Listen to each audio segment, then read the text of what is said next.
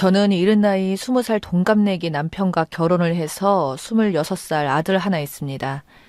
지금 제가 말하고 싶은 것은 하나밖에 없는 아들 때문에 얘기해 보려고 합니다. 아들은 군대를 다녀와서 복학을 하고 사회생활을 하고 있는 여자를 만났는데 서로 잘 지내면서 예쁜 사랑을 하고 있는 것 같더군요. 그런데 갑자기 아들이 결혼을 하겠다고 하더군요. 처음 아들의 결혼 얘기를 듣고 장난하는 줄 알았습니다. 그런데 아들은 진심이더군요. 너무 이른 나이라 아들을 설득해봤어요. 23살이니까 연애를 더 하기를 권하기도 했고 예전에 저도 힘든 시절을 보내봐서 알기 때문에 반대를 했습니다. 그리고 무엇보다 한 사람을 만나면 나중에 후회 같은 게 있지 않을까 걱정되는 마음도 들고 해서 많은 여자를 만나면서 연애 경험도 쌓고 무엇보다 사람 보는 눈도 생기면 결혼을 결정하라고 아들을 설득했지만 아들은 말을 듣지 않더군요. 괜히 끝까지 반대했다가 애들끼리 저희 모르게 살림이라도 차릴까봐 나중에 찬성을 했습니다. 그렇게 아들은 결혼을 일찍 하게 되었어요. 며느리는 생각했던 것보다 나이가 어려도 아들보다 3살 많아서 그런지 정말 저한테 잘했습니다. 반대했던 것이 미안해질 정도로 말입니다. 성격도 좋고 술도 좋아하고 노는 것도 좋아하고 애교도 많아서 저희에게 이쁨을 한 몸에 받았죠. 내 사람이다 생각해서 그런지 정이 가더군요. 제가 딸이 없는 관계로 정말 제 딸처럼 며느리라고 생각 안 하고 딸이라고 생각하고 노력하면서 정말 잘해줬습니다. 며느리도 그만큼 저한테 살갑게 했고 아들한테도 잘하고 관계가 너무 좋았어요. 그런데 알고 보니까 이것이 그동안 저희를 다 속이고 쇼를 해왔던 겁니다. 지금도 여태껏 조롱당한 것을 생각하면 가슴에서 천불이 나네요. 제 앞에서 알랑방귀 다 끼어가면서 좋다고 해놓고는 다른 데 가서는 다른 말을 하더군요.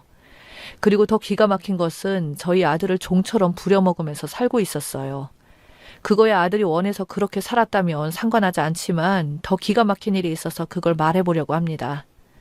애들은 아이도 일찍 가졌는데 저도 며느리가 아이를 많이 좋아하는 줄 알았습니다. 시댁에 오면 이뻐해서 그런 줄 알았더니 그것은 또 다른 이유가 있었어요. 아들은 저희 집에만 오면 축 늘어져서 그동안 잠 한숨 못 잔 애처럼 잠만 자다가 가더라고요. 저는 아들이 어린 나이에 부모가 되어서 많이 힘들구나 생각했죠. 하루는 아들이 급하게 전화가 왔더군요. 잠깐 와서 도와주면 안 되겠냐고 무슨 일인가 걱정도 되고 해서 전화상으로는 간단하게 며느리가 출장 갔다고 말만 듣고 한 걸음에 달려갔습니다. 며느리는 제게 출장 그런 말을 한 적이 없어서 아들의 다급한 목소리 때문에 갔어요. 다행히 큰일은 아니었지만 아들의 모습은 좋아 보이지 않았습니다. 혼자서 많이 힘들었던 모양이더라고요. 원래 아들 집이 저희 집에서 그리 멀지 않는데도 저는 아들 집에 자주 가지 않았던 것은 며느리가 집에 오는 것을 약간 꺼려하는 것 같아서 되도록이면 저희 집으로 오라고 해서 음식을 먹고는 아들 집에 몇 번 가고 안 갔거든요. 그래서 아들이 이렇게 혼자서 힘들게 아이를 보고 출근하는지 몰랐습니다. 아들놈이 행여나 자기 마누라 흠집 잡힐까봐 저를 속이고 혼자서 다 감당하고 있었더군요. 아들은 제가 집에 들어섰는데 간단히 눈인사만 하고는 집안 청소에 밥까지 후다닥 하길래 혼자서 다 할 거면 왜 저를 불렀나 싶었어요. 아들의 안색을 보니까 너무 힘들어하는 것 같아 제가 도와주려고 하는데 저녁에 애가 울어서 힘들 거라면서 에너지 아끼라는 말을 하고서는 아들이 정신없이 집안일을 하는 겁니다. 결혼 전에는 집안일 전혀 해보지 않았던 녀석인데 알아서 척척하는 것을 보니까 대견하기도 하면서 왠지 팔은 안으로 굽는다고 아들이 안쓰럽다는 생각이 들더군요. 한 가정의 가장이 되었으면 이런 것쯤은 할 줄 알아야 한다는 생각을 가지고 있었는데 막상 혼자서 육아에 살림에 출근하기 전 모든 걸 끝내려고 정신없이 움직이는 모습이 좋아 보이지 않고 짠해 보였어요. 지금까지 며느리한테 한 번도 잔소리 안 하고 그냥 있었는데 그날 보니까 며느리가 그동안 저한테 보이기 위한 쇼였다는 것을 알았습니다. 지금까지 해왔던 행동이 사실은 그게 아니었다는 걸 아들 집에 가게 되며 알게 되었어요.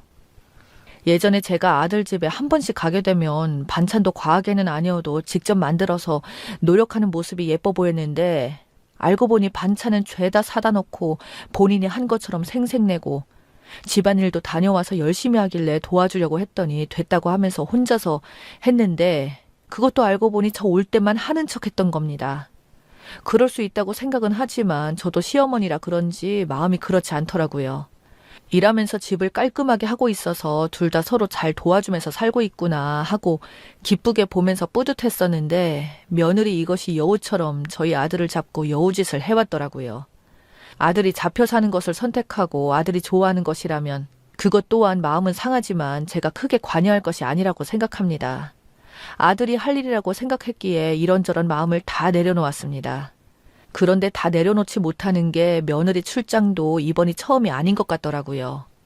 일하는 것은 이해가 가지만 한편으로는 아직 어린애를 두고 너무 잦은 출장을 간다는 것은 이해가 안 되더라고요.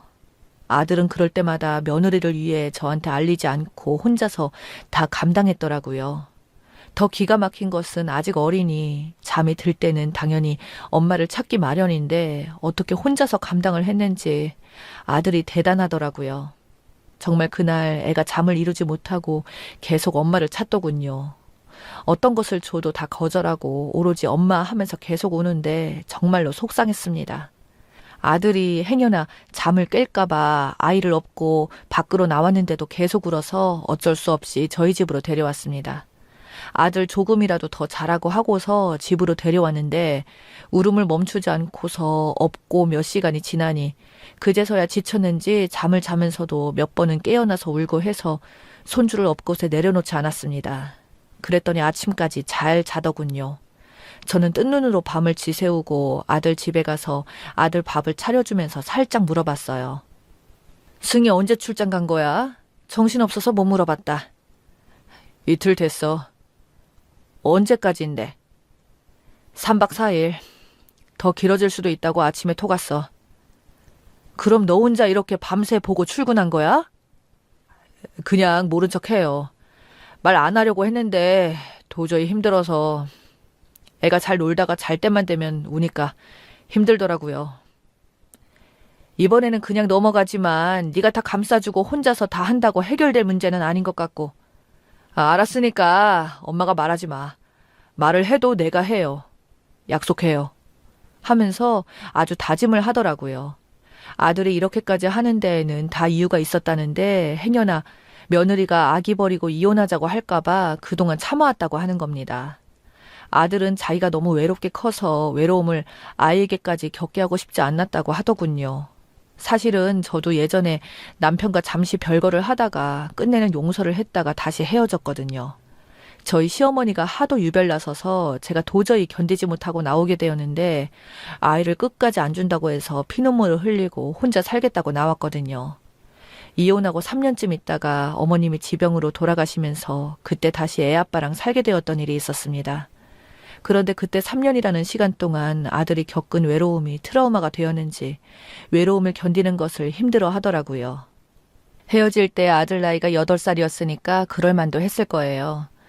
딸이었다면 그나마 함께하는 시간을 많이 가져서 치유하는 시간을 가졌을 텐데 아들이라서 그런지 회복을 하는데 오랜 시간이 걸렸고 사춘기가 오고 나서는 얘기하는 것 자체가 힘들었거든요.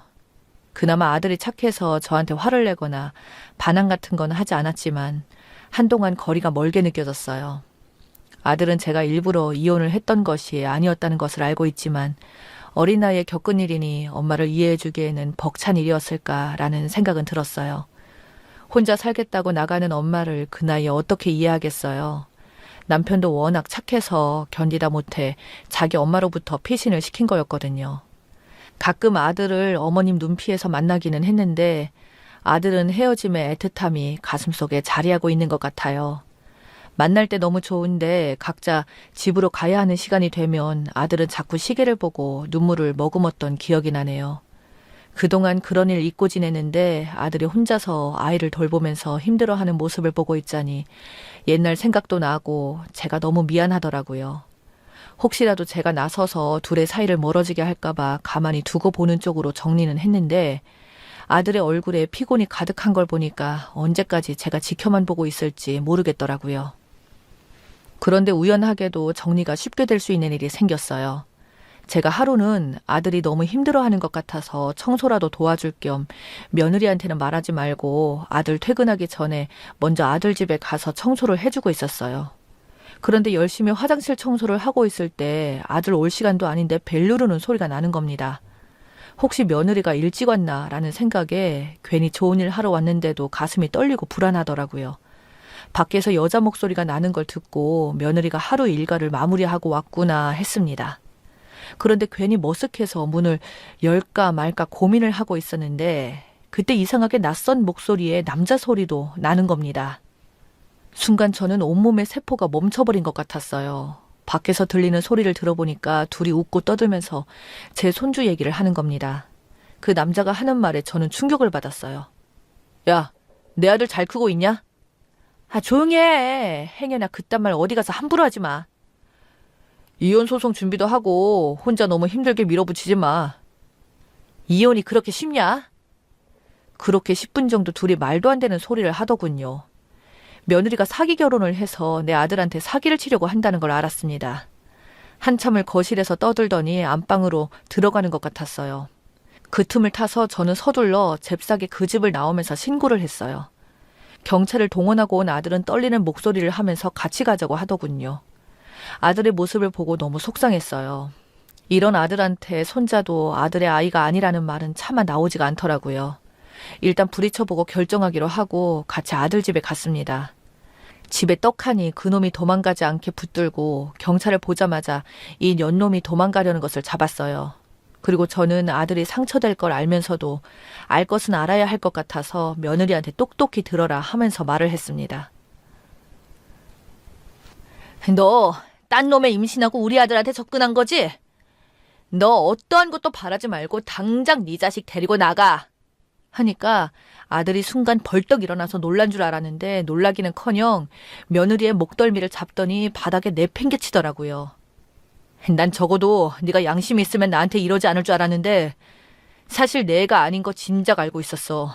난 키우는 정도 무시 못한다는 생각에 정말 많은 정을 주려고 노력했어. 그런데 나 모르게 저놈을 만나고 있었어. 너 진짜 인간 쓰레기구나. 이런 여자인 줄도 모르고 사랑한 내가 바보다.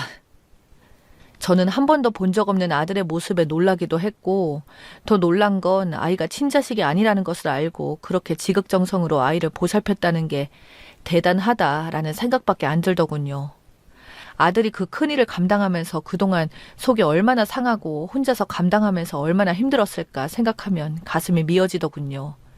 저는 더 이상 이것들을 가만히 두면 안 될 것 같아서 며느리 머리채를 잡아서 집에서 끌어내려고 하니까 이번에는 같이 온 경찰이 말리고 그놈도 가만히 있지 않더라고요. 이것들을 마음 같아서는 몸 한 곳이라도 성치 못하게 만들어버리고 싶었지만 법이 답인 것 같아서 깔끔하게 법으로 해결하기로 했습니다. 그리고 한 푼도 주지 않고 며느리를 쫓아냈고요. 아이를 생각하면 가슴이 아팠지만 아들을 생각해서 같이 내보냈습니다. 차후에 행여나 그놈이 아이 아빠라고 나타나서 괜히 우리 아들과 애를 더 힘들게 할 것 같아서 깔끔하게 끝냈습니다. 아들이 처음에는 많이 힘들어했는데 시간이 약이라고 시간이 가니까 아들도 금세 털고 일어나더군요. 지금은 아들이 일에만 신경 쓰면서 열심히 살고 있습니다. 2번 다시 내 아들이 더러운 똥 밟지 않도록 저는 아들과 많은 얘기도 하고 시간도 많이 보내고 있습니다. 들어주셔서 감사합니다.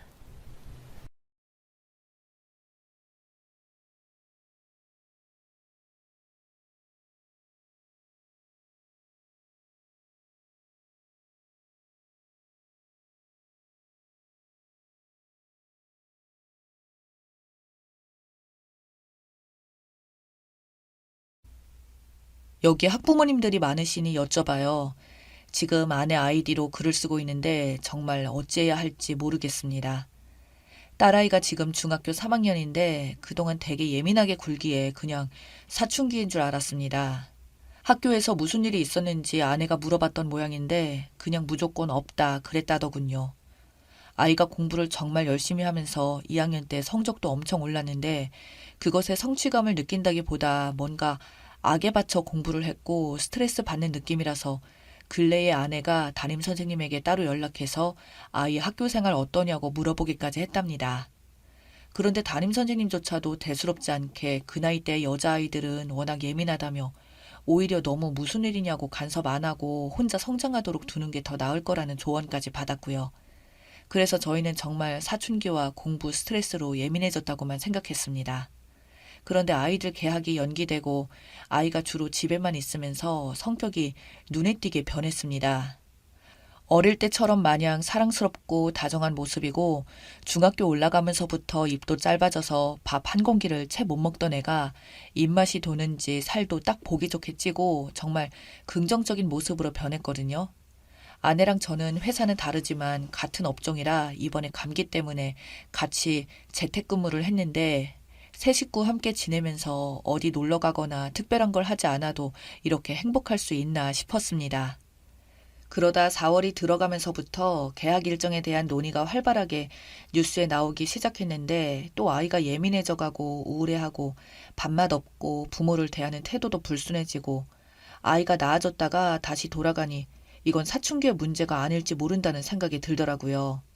아내한테 버릇없이 말한 일로 제가 야단을 치게 되면서 도대체 뭐가 문제냐고 물어보는데 아이가 목 놓아 울듯이 토해내듯이 하는 말이 학교에서 심한 괴롭힘을 당하고 있었는데 엄마랑 아빠한테 말할 수가 없었다며 선생님도 그냥 친구들끼리 조금 다툰 줄 안다면서 아무도 도와주지 않아서 혼자 버티고 있었고 다시 개학이 다가오니 숨이 안 쉬어진다고요.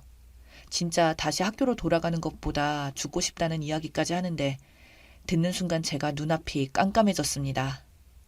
아이를 데리고 병원 가서 검사 받아보니 우울증도 있었고 극심한 스트레스로 인해서 자율신경계에 이상 소견까지 보였습니다. 호흡에 불편함도 있었고요. 제 아내는 평소에는 말이 많지 않고 늘 혼자 속으로 삭히는 성격입니다. 아이가 아파하는 걸 보면서 정말 같이 울고 싶었을 텐데 아이 앞에서 자기가 울면 아이가 엄마가 나 때문에 슬퍼한다고 죄책감 느낄까봐 울지도 못했어요. 그동안 사춘기는 다 그런 거다 하면서 너무 안일하게 생각했던 스스로가 너무 싫다며 아이한테 우선 잘해주고 보듬어주고 아이가 울거나 예민하게 굴어도 다 받아주며 지냈습니다. 작년 담임 선생님한테 연락해서 긴 시간 동안 아이가 지속적으로 괴롭힘으로 힘들어했으니 학부모 회의를 열어달라고 요청했고 감기 때문에 계약도 못하는 판국에 당연히 쉽지 않은 일이라는 답변이 돌아와 상황이 상황인지라 저희도 당장에 학폭위를 요구할 수 없다는 걸 알기에 우선은 아이의 마음을 돌보는 일을 최우선으로 여기고 있었습니다. 아이는 새 물건을 사줘도 며칠 안가 다 망가뜨리거나 더러워져서 쓸 수 없는 지경으로 만들었는데 그게 괴롭힘에 의한 거였다는 걸 모르고 물건 귀한 줄 모른다고 야단쳤던 때가 너무 후회되더군요.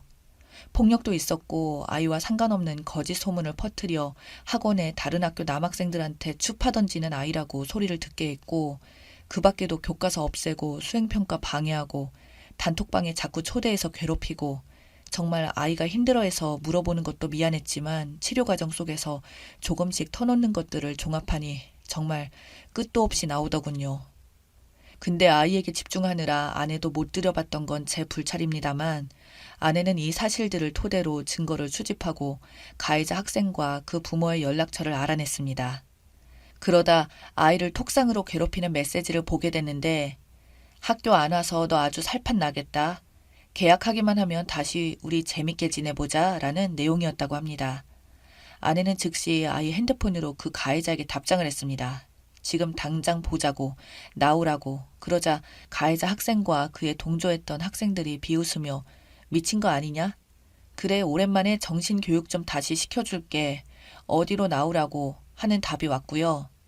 아내는 말 한마디 안 하고 딸 손을 꼭 쥐고 집을 나왔습니다.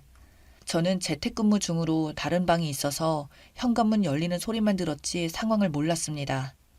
딸아이도 그냥 엄마가 자기 그만 괴롭히라고 아이들한테 좋게 말하는 정도일 거라 생각했는데 막상 가서 4명의 학생을 앞에 세워놓고 때리지만 않았을 뿐이지 온갖 악담을 다한 상태입니다.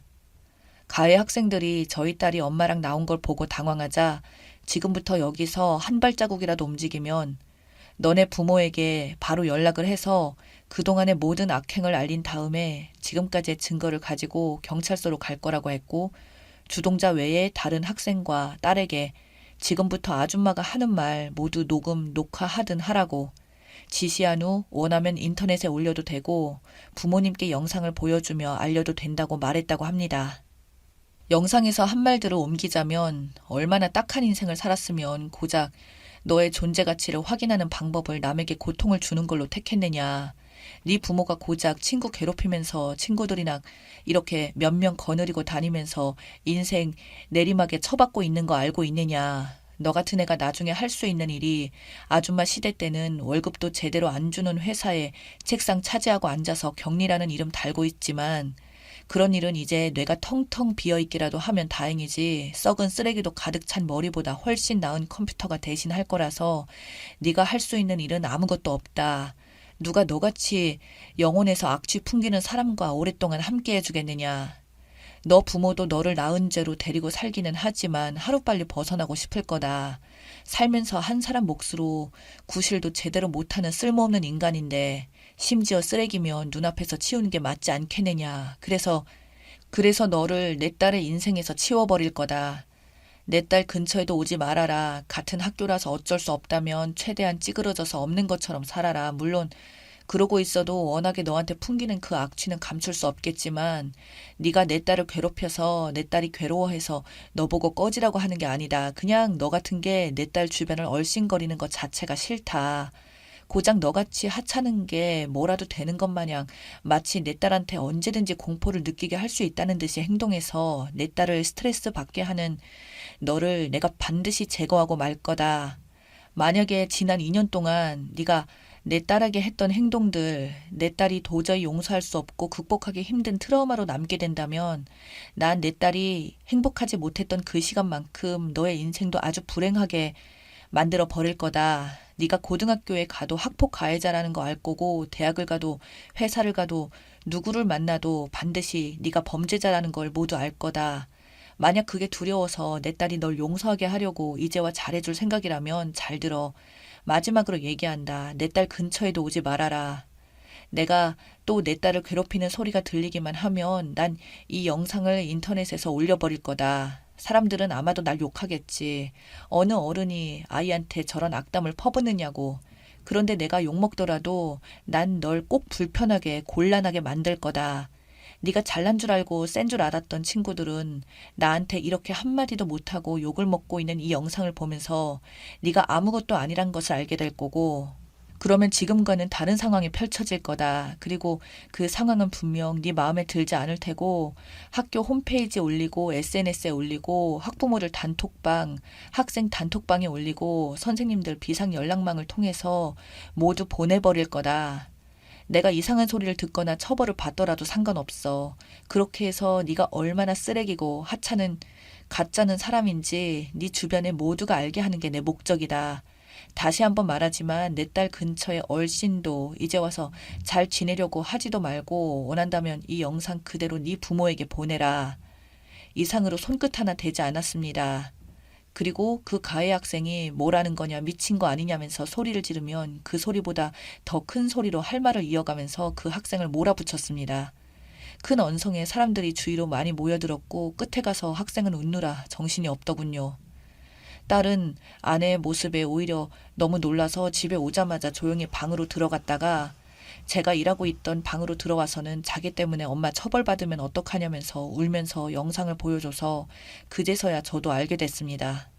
다시 집에 돌아온 아내는 마치 아무 일도 없는 듯 해서 도대체 왜 그랬냐고 물어보자 그냥 그러고 싶었다네요.